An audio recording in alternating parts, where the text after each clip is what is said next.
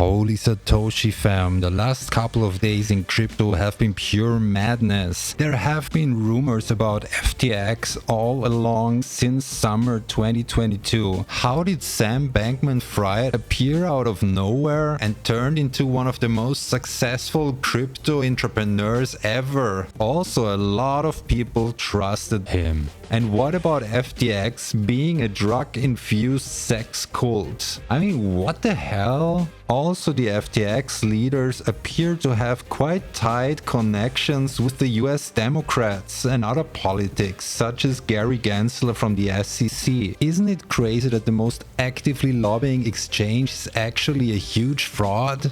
And wait a sec, the Ukraine crypto funds were paid via FTX? And what has the Luna crash to do with Alameda Research and FTX after all? So Luna, well, okay, so that's another story. I mean, how much more crazy can it get?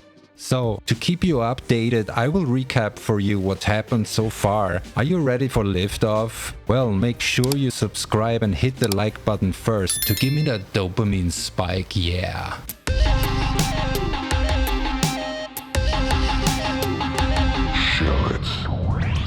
The actual meltdown started on November 2nd, when a leaked balance sheet from Sam Bankman-Fried's Alameda Research venture suggested the company held a significant amount of FTX tokens. This raised questions about liquidity issues and unhealthy ties between Alameda and FTX. Just a couple of days later, trackers picked up significant FTT movement to Binance. $584.5 million worth of FTX tokens moved to the largest exchange in the world. Which is, by the way, almost the same amount a hacker stole on Binance Smart Chain just a month earlier. Coincidence? However, just one day later, Alameda Research CEO Caroline Ellison tweeted, "The balance sheet breaks out of a few of our biggest long positions. We obviously have hedges that aren't listed. Given the tightening in the crypto credit space this year, we've returned most of our loans by now." So what she was trying to say is that this balance sheet was not the full part of the story and that Alameda Research held assets worth more than $10 billion US. Well, she tweeted without a proof. Only a few hours later, the godfather of crypto exchanges, Binance CEO Changpeng Zhao, tweeted Binance would liquidate the entire FTT holdings. As part of Binance's exit from FTX equity last year, Binance reviewed roughly $2.1 billion US equivalent in cash. And he took action. Due to recent revelations that have come to light, we have decided to liquidate any remaining FTT in our books. In a direct response, Alameda's CEO offered to buy all the FTT holdings from Binance. They offered to buy it all for $22 US per share, as this was about the token price at that time. The panic began. FTX witnessed a bank run. Stablecoin outflows on FTX reached $451 million US over 7 days. While FTX reported that the outflows ran smoothly, and even Bankman-Fried tweeting that the assets are fine and that a competitor was trying to go after them with false rumors, markets already had lost trust. But I know what you're really interested in. So was there orgies in the Bahamas villa of Sam Bankman-Fried and his stuff? Well, we don't care what people are doing in their beds or even their living rooms, but just take a look at this news article. Even the Business Insider reported that FTX's crypto empire was reportedly run by a bunch of roommates in the Bahamas who dated each other. Well, we don't want to speculate on that. Whatever. Some other conspiracies are even weirder. We just want to show you this tweet. We won't get into detail on that either, but what the... So fam, now back to the facts.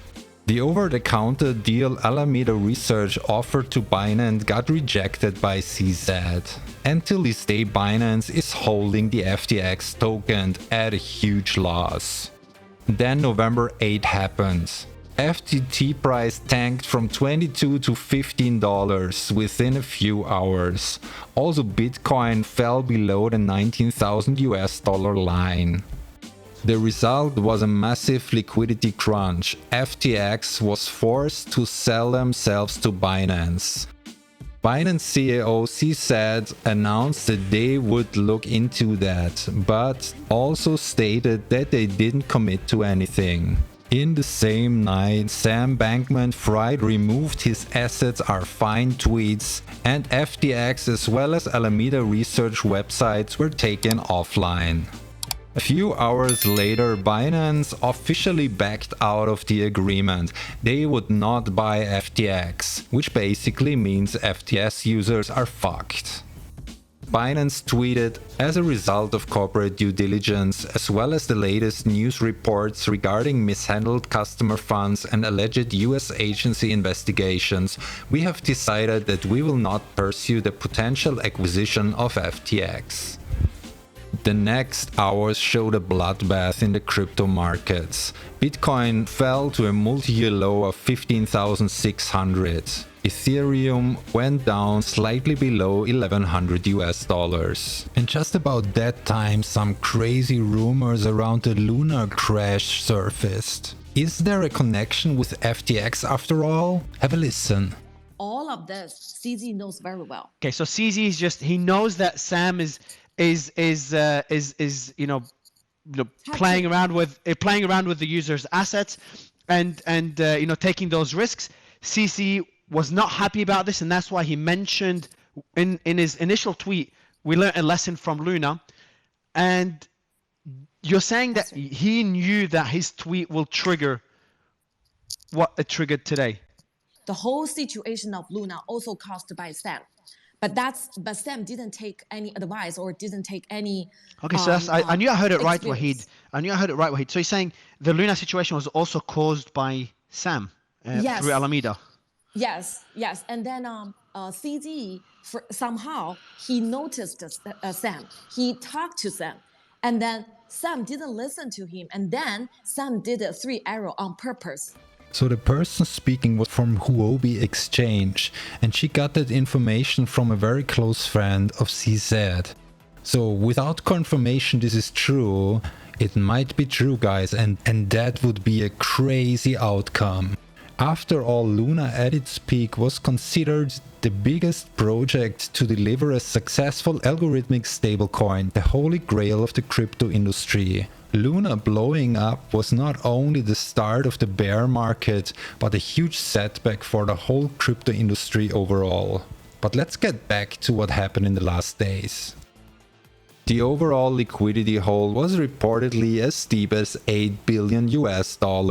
Sam Bankman-Fried tried to raise that money, but obviously did not succeed. Meanwhile, withdrawals on FTX halted.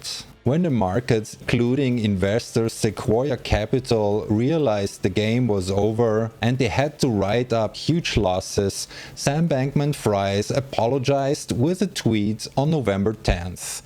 I fucked up twice. Well, you did, bro. Meanwhile, the chaos made its toll. FTX had resumed withdrawals, but it was unclear to whom and how. A balance of $469 million US had been withdrawn. Also concerns that other projects in the crypto space would follow the downfall of FTX surfaced. After all, most of the projects are interconnected, and FTX was known to have custodied funds of many startups and projects. Meanwhile, there has been rumors that El Salvador had lost all their bitcoins due to the FTX meltdown. But President Nayib Bukele denied that. We don't have any bitcoin in FTX and we never had any business with them. Thank God, he tweeted. Meanwhile, authorities stepped in. It looked like there's no withdrawals possible anywhere. Well, not really. FTX released a letter that allowed them to still withdraw funds for people living at the Bahamas. After all, the exchange was located on these Caribbean islands. This leads to an even larger outflow of money as people tried to use NFTs to withdraw money. And that happened at a large scale as millions of dollars were withdrawn. But it turned out that was another fake move as well. It looks like FTX faked this letter of the Bahamas authorities. Also, Justin soon stepped in. He offered all the FTX users a solution to withdraw Tron. This led to the Tron token skyrocketing on FTX and reached much higher valuations than outside FTX. How the withdrawal is gonna be possible is yet to be declared by Justin soon.